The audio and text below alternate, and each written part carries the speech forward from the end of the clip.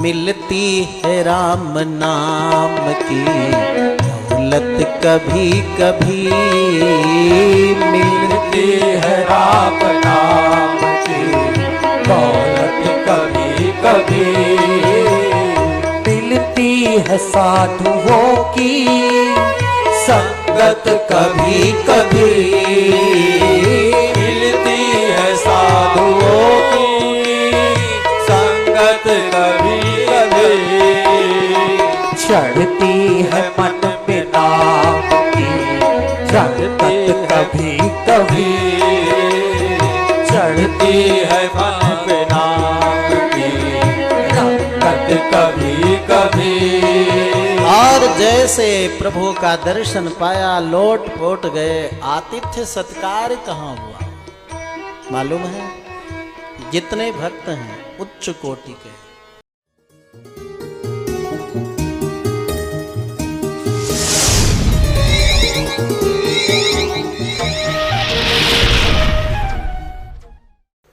जैसे घी में, जैसे दूध में घी तो व्याप्त है, कोई 5 किलो दूध लेकर के दे और कहे इसमें घी है हवन कर लो, नहीं होगा। आग में डालेंगे बुझ जाएगी। जैसे कोई कहे कि लकड़ी में आग तो है, घर्षण करके निकलती है, तो ये लकड़ी रखिए, इसमें स्वाहा करिए, हवन करिए, यज्ञ न होगा। उसकी एक प्रक्रिया है, लकड़ी का मंथन करना पड़ता है तो अग्नि प्रकट होती है। वैसे दूध में व्याप्त जो घी है उसकी एक प्रक्रिया है, पद्धति, एक विज्ञान है। दूध गरम कर, जमा कर, दही बनाकर, दही मथ कर, मक्खन निकाल कर, गरम कर घी बनाकर, फिर ओम विष्णवे स्वाहा, ओम ब्रह्मणे स्वाहा। वैसे ही सर्वत्र अणु अणु में व्याप्त परमात्मा का हमें दर्शन नहीं मिल सकता।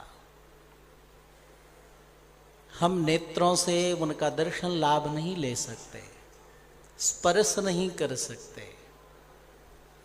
तुलसी पुष्प की अर्चना नहीं कर सकते, दंडवत प्रणाम नहीं कर सकते। इसलिए उसकी एक पद्धति है कि वो सर्वव्यापी परमात्मा मंदिर के ऊपर शिखर रहता है ना, इसीलिए कि वो परम तेजोमय ज्ञान रूप आनंद रूप परमात्मा शिखर के माध्यम से एकत्रित होकर उसकी शक्ति पुंज मंदिर के अंदर विराजमान जो प्रतिमा है, देव प्रतिमा है, उस प्रतिमा के अंदर भगवान का तेजोमय रूप आकर विराजमान हो जाता है। फिर हम उन प्रभु का दर्शन भी करते हैं, स्पर्श भी करते हैं, स्तुति भी करते हैं। जैसे एक मंदिर में भगवान की प्रतिमा रहती है तो उसमें सर्वव्यापी परमात्मा की चेतना विराजमान हो जाती है, उसी प्रकार से भगवान के कुछ शरीर हैं, वो तो मूर्ति हो गई, वो तो स्थिर है। हमने पहले भी कहा था कि भगवान 4 रूप से स्वतंत्र है, पर व्यूह विभव अंतर्यामी, परंतु 5वें अर्चा विग्रह के रूप में भगवान भक्त के परतंत्र हैं। तभी तो कितने वर्षों तक भगवान टेंट में विराजमान रहे ना, रामलला जी। और जब संपूर्ण भक्तों की इच्छा हुई और हमारे उत्तर प्रदेश के यशस्वी परम योगी कर्मठ मुख्यमंत्री जी विराजमान हुए और देश के यशस्वी प्रधानमंत्री जी विराजमान हुए, और सभी भक्तों के प्रार्थना से भगवान भव्य राम मंदिर में विराजमान होंगे। हमारे अयोध्या के श्रीमान विधायक वेद गुप्ता जी भी पधारे हुए हैं। तो भगवत कृपा से कई लोग पूछते थे, अजय जी से चर्चा हो रही थी, आप भी कहते थे महाराज जी, बहुत मन में जिज्ञासा होती थी कि सर्व समर्थ भगवान कैसे उस टेंट के अंदर, क्योंकि भगवान भक्त के परतंत्र हैं, चार रूप से स्वतंत्र हैं, हम सब के अंदर हैं। 101% नहीं, 1,00,000% भगवान हम सब के अंदर है। हमने कुछ चर्चा भी बीच बीच में की है। परंतु आप अगर बहुत रो, चिल्लाओ, प्राण त्याग दो और को मेरे अंदर बैठे हो भगवान, नजदीक बैठे हो, मुझे दर्शन दे दो, भगवान नहीं देंगे।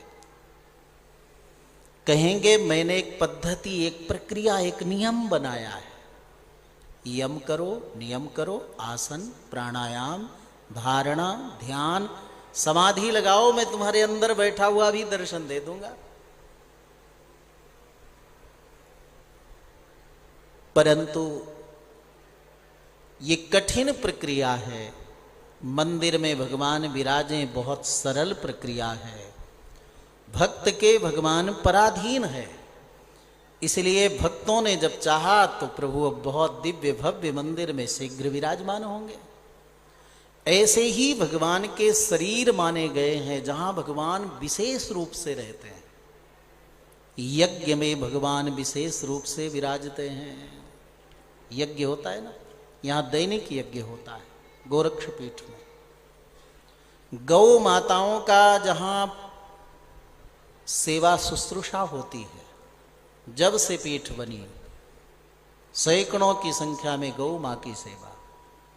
यद्यपि इस समय लंपी जो रोग फैला हुआ है पूरे देश में बहुत घातक रूप से फैल रहा है, इसका बचाव करना चाहिए। वैक्सीन इतना जल्दी, दवा रिसर्च करके लेने में समय लगेगा, लेकिन सबसे पहला बचाव है कि जहाँ अधिक संख्या में गौएं हों और किसी एक को बीमारी हो उसको अलग कर दें और कुछ पोषक तत्व भी उसको दें। चूंकि यहाँ कथा चल रही है, देश के कई संतों का, विशिष्ट वरिष्ठ संतों का फोन आ रहा है, महाराज जी से वार्ता करिए, वार्ता करिए। हम लोग सब गौ माँ के लिए प्रार्थना करें कि जो महामारी जैसा रोग फैल रहा है, चकत्ते पड़ जाते हैं, आँख में फोड़ा हो जाता है, आँख फूट जाती है, प्राणापाय हो जाता है, हजारों की संख्या में ऐसा हो रहा है। तो प्रार्थना करें कि हे गोविंद, आपकी आराध्या गौ माँ के ऊपर संकट है, इस महामारी को दूर करें। जो वैदिक विद्वान विप्रजन हैं वे लोग भी संकल्प पूर्वक भी ये मंत्र जाप अपने इष्ट देव का कर सकते हैं कि हे इष्ट देव, यज्ञ की जननी और सबकी जननी माँ गौ माँ है। आप देखिए, माँ तो 1 वर्ष 2 वर्ष दूध पिलाकर, अमृत पिलाकर के बच्चे को पोषण करती है, लेकिन पृथ्वी माँ और गौ माँ तो जीवन के अंतिम श्वास तक, गौ माँ दूध दे करके अंतिम श्वास तक हमारा पोषण करती, इसलिए गौ माँ है। धरती माँ इसलिए है क्योंकि ये अन्न, जल, वस्त्र सब कुछ देकर हम सबका अंतिम श्वास तक पोषण करती, इसलिए धरती माँ है। हमें आत्मस्वरूप का बोध कराती, इसलिए गीता माँ है। और गान करने से, जाप करने से गायत्री हमारी रक्षा करती है। गायत्री मंत्र हम सबकी रक्षा करता है, इसलिए गायत्री भी माँ है। तो हम अपनी माँ जननी गौ माँ के लिए सब लोग प्रार्थना करें कि रोग से इनकी रक्षा हो, क्योंकि एक गौ माँ अगर एक क्षेत्र में हो तो आसपास के लोगों का मंगल होता है, कल्याण होता है। एक समय था जब हमारे चक्रवर्ती महाराज दिलीप गौ माँ की सेवा करके पुत्र रत्न प्राप्त करते हैं। आप अनुभव करते होंगे कि यहाँ जब महाराज जी विराजते हैं तो प्रतिदिन गौ माताओं को अपने हाथ से गुड़ खिलाते हैं, बिस्कुट खिलाते हैं। कितना सुंदर लगता है, बहुत अच्छा। गौएं दौड़ती पाने के लिए, वही उनका आशीष है। इसलिए जिन गौ माँ के द्वारा हर एक प्राणी की रक्षा है, मानव मात्र की रक्षा है, जन जन का कल्याण करेगी गौ माता। जन जन का कल्याण करेगी गौ माता। जन जन का कल्याण करेगी गौ माता। जन जन का कल्याण करेगी गौ माता। गौ माता मेरी गौ माता। गौ माता मेरी गौ माता। हम सबका कल्याण करेगी गौ माता। हम सबका कल्याण करेगी गौ माता। जन जन का कल्याण करेगी गौ माता। जिनको भव से पार है जाना। जिनको भव से पार है जाना। गौ माता की शरण में आना। गौ माता की शरण में आना। जीवन का उद्धार करेगी गौ माता। जीवन का उद्धार करेगी गौ माता। जन जन का कल्याण करेगी गौ माता। जन जन का कल्याण करेगी गौ माता। सब वेदों का सार यही है। सब वेदों का सार यही है। राम यही घन श्याम यही है। राम यही घन श्याम यही है। सपनों को साकार करेगी गौ माता। सपनों का साकार करेगी गौ माता। इसलिए जो सबके लिए, सबके कल्याण के लिए है, उसकी रक्षा करना, उसके लिए प्रार्थना करना हम सबका कर्तव्य है, जो जिस स्तर पर है। कोई डॉक्टर हैं, कोई रिसर्च करने वाले, शोध करने वाले हैं, वे लोग औषधि का शोध करें, विप्र लोग मंत्र जाप करें, भक्त लोग प्रार्थना करें, क्योंकि गौ माँ से सबका कल्याण है। प्रभु राम और कृष्ण के जन्मदिन के दिन गौ माँ की पूजा होती है। कोई ऐसा उत्सव रामायण में, भागवत में नहीं है जो बिना गौ माँ की पूजा के, गोदान के पूर्ण होता हो।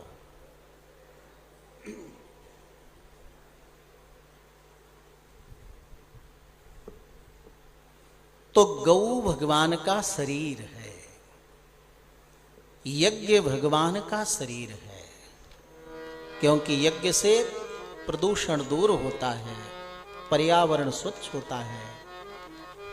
यज्ञ से ही बादल बनते हैं, वृष्टि होती है और जल ही सबका जीवन है।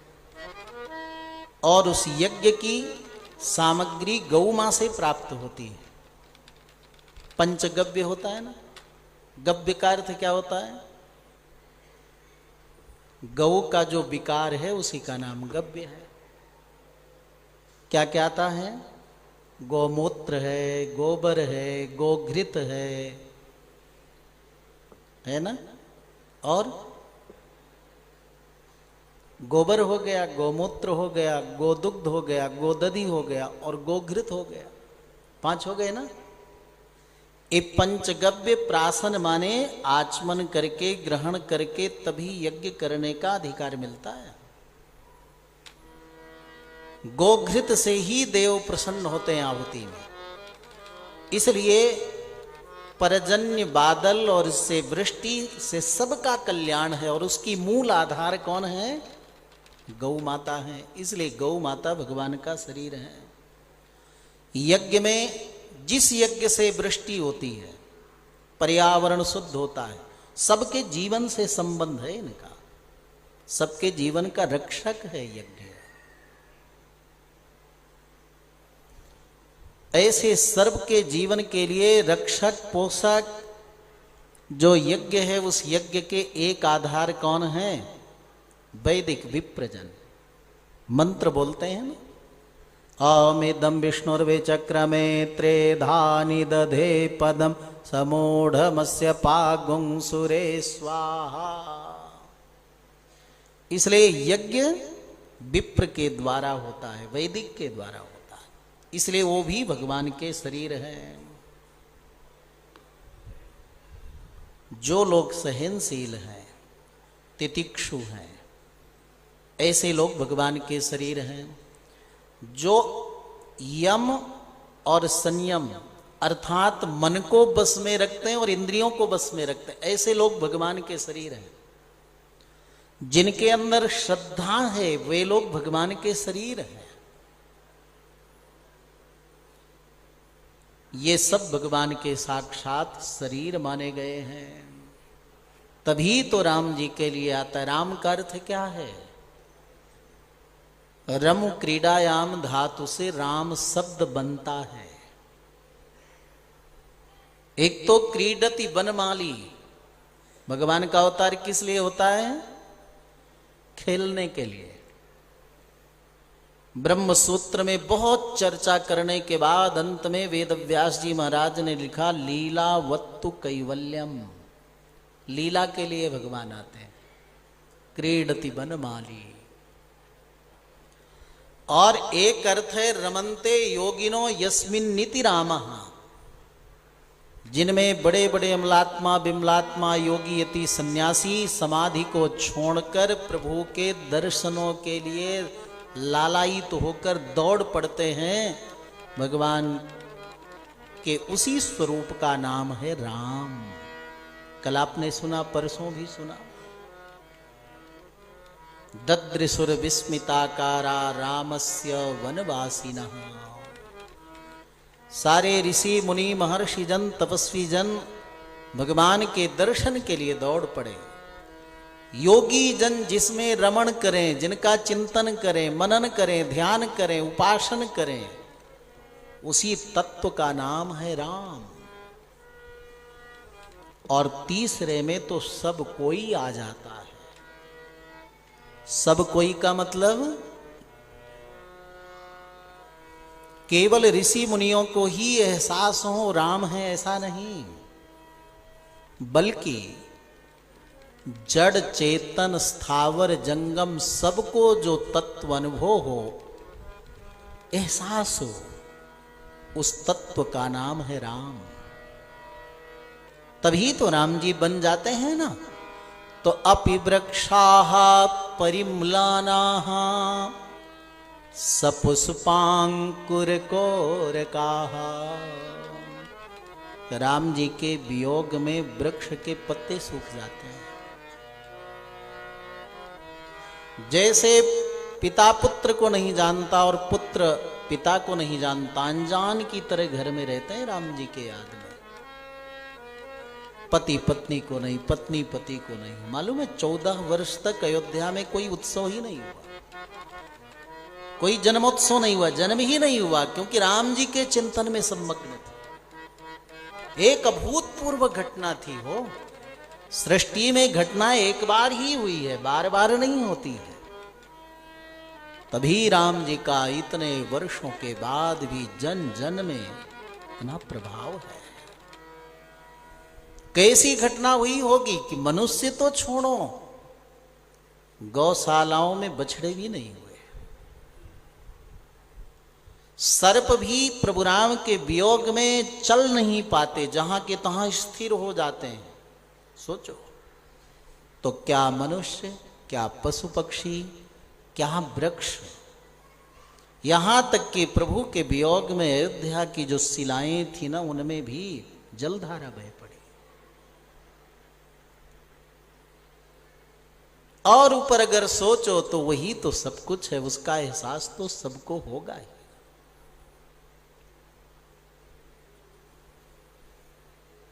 इसलिए प्रभु लोकाभिराम हैं। लोकाभिरामम रणरंगधीरम। लोक का अर्थ है संसार में रहने वाले लोग। और ये भी अर्थ है कि संसार अर्थ भी है, अर्थात संसार में जड़ चेतन स्थावर जंगम सब आ जाते हैं। राम का अर्थ है जो हमारे चित्त में निवास करें, हमारा चित्त जिनका चिंतन करे वो राम है। और अभिराम का अर्थ है जो चारों तरफ से देखने पर जिनमें कभी कोई रंच मात्र भी त्रुटि कमी न दिखाई दे, वो राम है, वो अभिराम है। अभी माने चारों तरफ देखने से, आगे देखो, पीछे देखो, कहीं भी देखो, वन में देखो, नगर में देखो, बाल रूप में देखो, किसी रूप में कहीं कोई कमी न दिखे, उन्हीं का नाम अभिराम है। और लोकाभिराम का अर्थ क्या है? जिनके अनुभव में पशु पक्षी वृक्ष भी रो दे, सजल नेत्र हो जाएं, शुष्क हो जाएं, प्राण त्याग दें, वे हैं लोकाभिराम प्रभु राम। और तो और राक्षस भी, दैत्य भी, जिनका वध प्रभु करते हैं, वे भी राम जी की सराहना करते हैं। आइए उसी प्रसंग का हम अनुभव करें। कल प्रभु राम पंचवटी में विराजमान थे, बड़े आनंद से समय निकल रहा था, बड़ी सुंदर पर्ण कुटीर बनी थी। राम जी ने अपने जीवन में कभी उपदेश नहीं दिया, लेकिन लखनलाल जी ने जब अनुनय विनय किया, इतनी सुंदर पर्ण कुटीर बनाई। तब प्रभु राम ने लखनलाल जी को केवल 2 चौपाइयों में उपदेश दिया, जिसको आपने कल सुना। लखनलाल ने पूछा कि माया का स्वरूप क्या है, जिस माया के वशीभूत संपूर्ण ब्रह्मांड है। प्रभु राम ने अल्प शब्दों में कहा, मैं अरु मोर तोर तय माया। और फिर कहा, ये कहां तक है? बोले गो गोचर जहां तक मन जाई। अपनी इंद्रियां मन जहां तक जाए वो सब माया का ही स्वरूप है। बड़े आनंद से समय गुजर रहा था। श्री राघवेंद्र सरकार प्रभु राम भरतलाल जी की प्रशंसा करते हैं। बिना प्रयास, बिना किसी कठिनाई के अयोध्या जैसे राज्य को पाकर भी मेरा भरत कितना बड़ा त्यागी है, मेरे समीप आया। कितनी विनम्रता उसमें, कितने तर्क दिए मुझे अयोध्या वापस करने के लिए। दुनिया में जो एक कहावत है कि बच्चे पिता का संस्कार प्राप्त करते हैं और बेटियां मां का, ये बिल्कुल सच निकला। देखो भाई भरत मां कैकेयी के भाव में बिल्कुल नहीं गया। लोक प्रवादो यम, ये जो लोक प्रवाद है बिल्कुल सत्य दिखा भरत में। अयोध्या के सारे सुखों का त्याग कर मेरे से भी कठोर तप भरत कर रहा है। नियताहारः जितेंद्रियः। मेरा राम नील मेघ के समान सुंदर, मेरा भरत नील मेघ के समान सुंदर है। मेरा राम, मेरा भरत चंद्रमा की तरह बिल्कुल सौम्य है। मेरा भरत आजान बाहु है। राम जी वर्णन कर रहे हो। भरत सरिस को राम सनेही, भरत सरिस को राम सनेही। गाइए, भरत जैसा प्रेम शायद छोड़ा जाए, एक शीटा भी अगर मिल जाए तो अपने जीवन का कल्याण हो जाए। इसलिए तुलसी बाबा ने सबसे पहले किसको प्रणाम किया? राम तुलसी बाबा ने बंदऊ प्रथम भरत के चरना, बंदऊ प्रथम गाइए गाइए।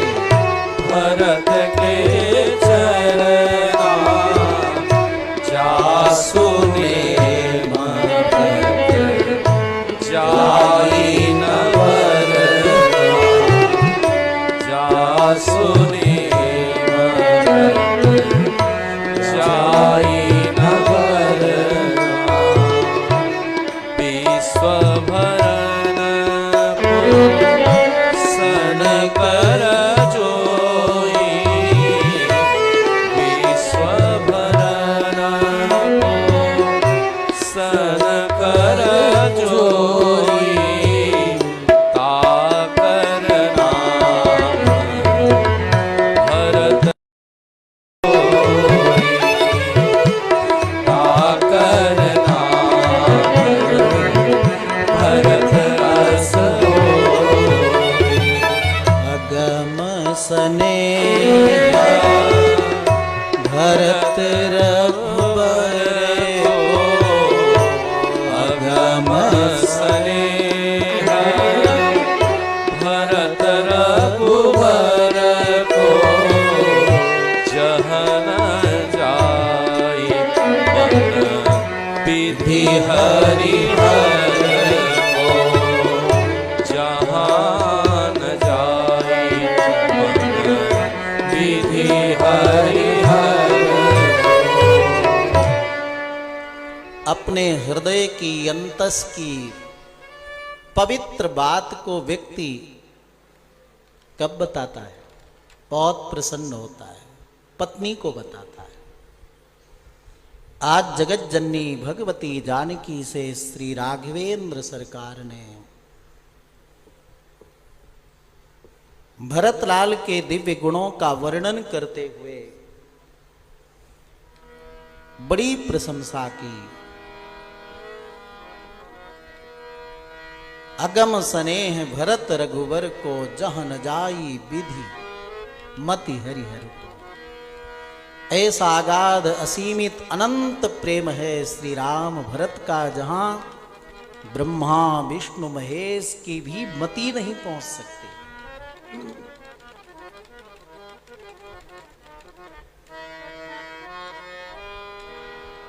श्री भरतलाल जी शंख के अवतार हैं ना, और शंख ज्ञान का स्वरूप है। और इसीलिए भरतलाल के जीवन में अचिद्वत पारतंत्र ज्ञान है, जो आचरण है, जो भक्तों में सर्वश्रेष्ठ माना गया है। और जब अचिद्वत पारतंत्र का भाव भक्त में होता है तो वहां भगवत प्राप्ति भक्त के लिए बहुत बड़ा उपलब्धि नहीं होती है, बल्कि भगवान के लिए उपलब्धि होती है। अच्छा ये बताओ, जैसे धन है, रुपए पैसा सोना चांदी, उसकी देखरेख आप करते हो कि वो करता है आपका? हाँ, रुपए पैसे आप संभाल के रखते हो ना, उसको संभाल कर छिपा कर। पैसे मिले तो आप क्या कहते हो? अरे बड़ी उपलब्धि हो गई। आभूषण मिले तो बड़ी भारी उपलब्धि हो गई। आपको ज्यादा प्रसन्नता होती है ना। वैसे ही जैसे वो अचिद वस्तु द्रव्य रुपए पैसे आभूषण हैं, वो पाकर आप प्रसन्न होते हो, वैसे उस अचिद की तरह जब ये जीव भी भगवान के प्रति भक्ति रखता है और जब इसको भगवत प्राप्ति होती है तो उससे भगवान बहुत प्रसन्न होते हैं, वो भगवान आनंदित होते हैं।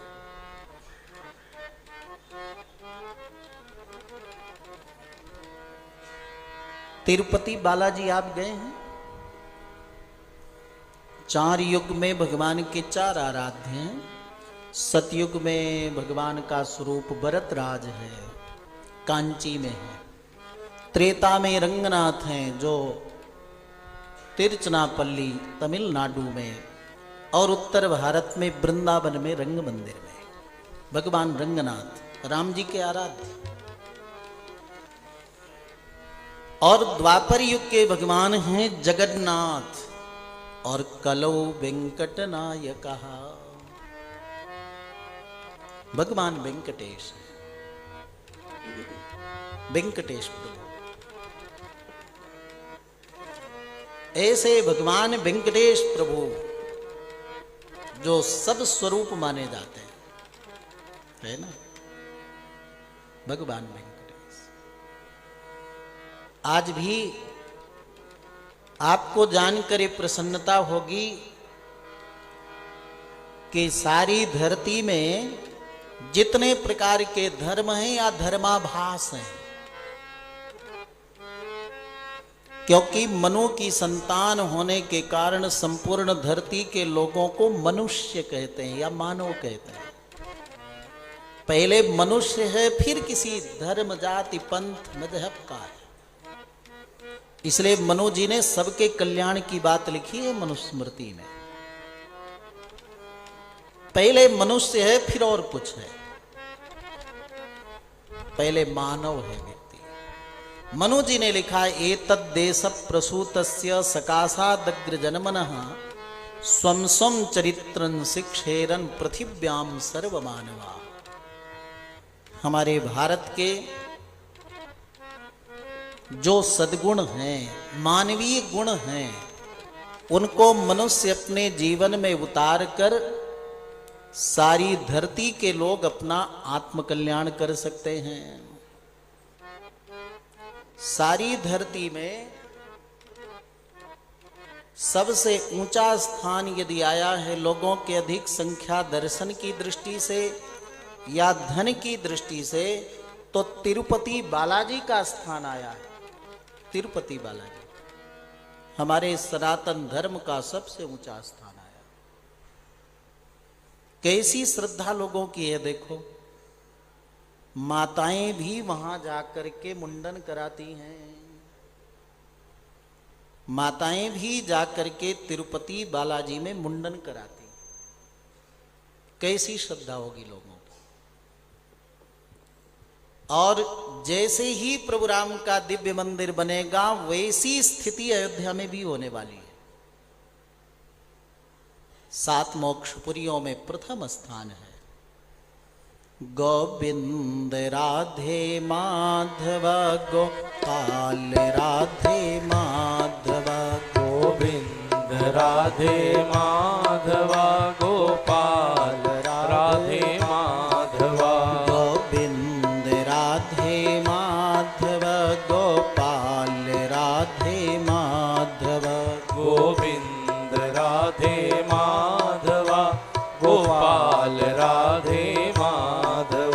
मेरे माधव मेरे माधव मेरे माधव मेरे माधव, मेरे माधव मेरे माधव मेरे माधव मेरे माधव, मेरे राघव मेरे राघव मेरे राघव मेरे राघव, मेरे राघव मेरे राघव मेरे राघव मेरे राघव, गोविंद राधे माधव गोपाल राधे माधव, गोविंद राधे माधव गोपाल राधे माधव, गोविंद राधे माधव गोपाल राधे माधव, गोविंद राधे माधव गोपाल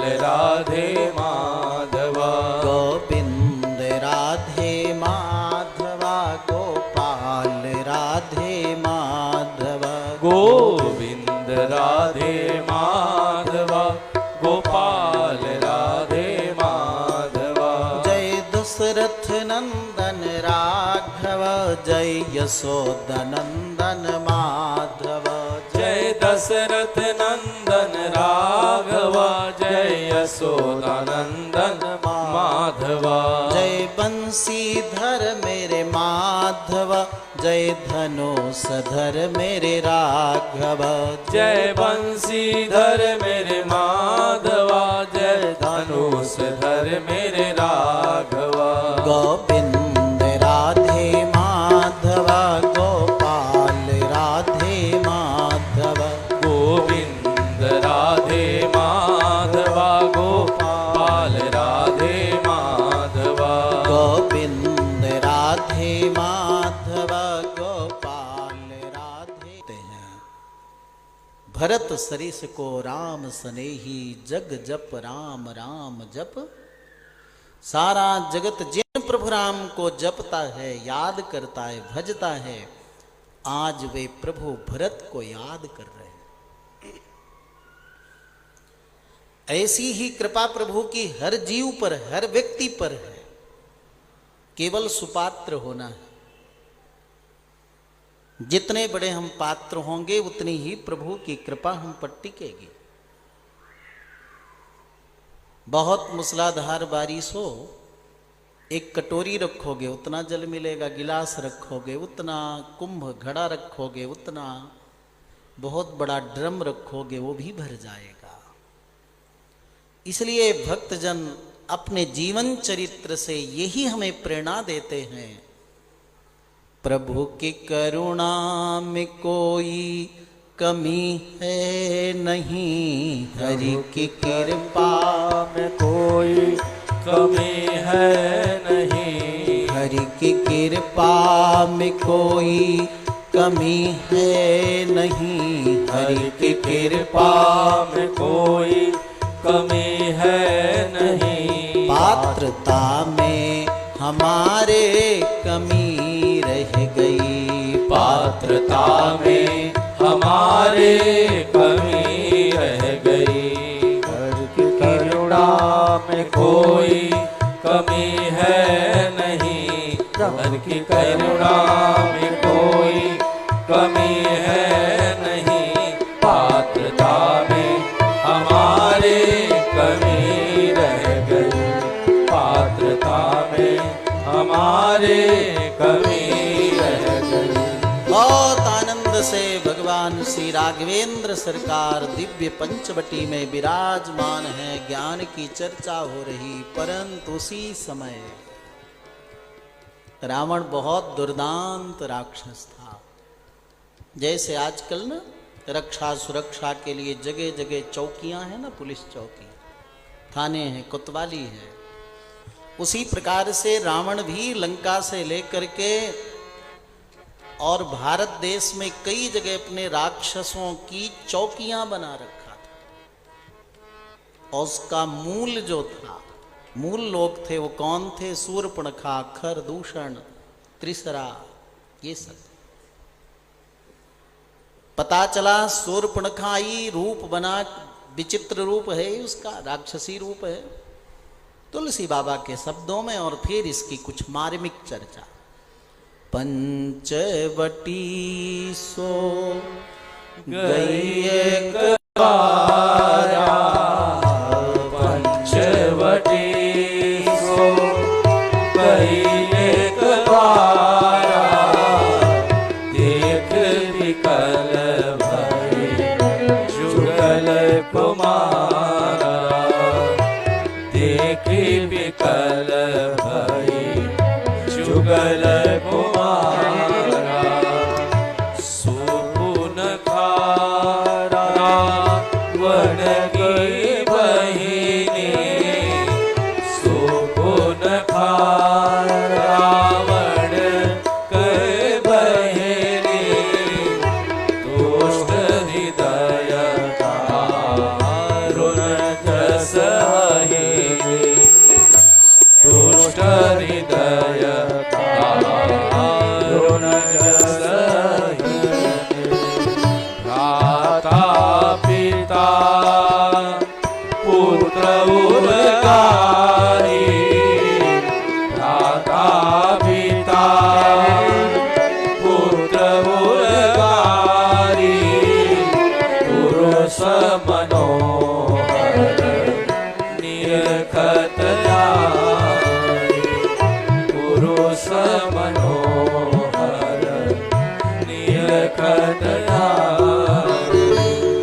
रुचिर रूप धरि प्रभु पहि जाई, रुचिर रूप धरि प्रभु पहि जाई, बोली बचन बहुत मुस्काई। शूर्पणखा आई है और वो प्रभु को देख करके ऋषि मुनि तो मोहित होते ही हैं।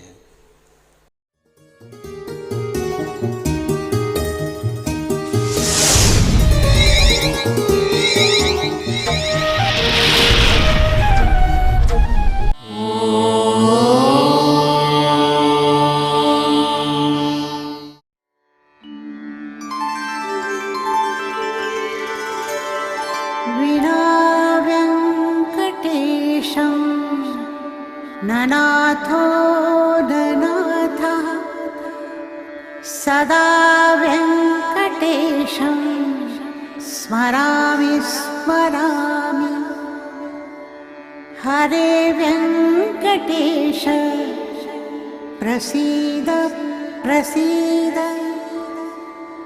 प्रियं वेङ्कटेश प्रयच्छ प्रयच्छ।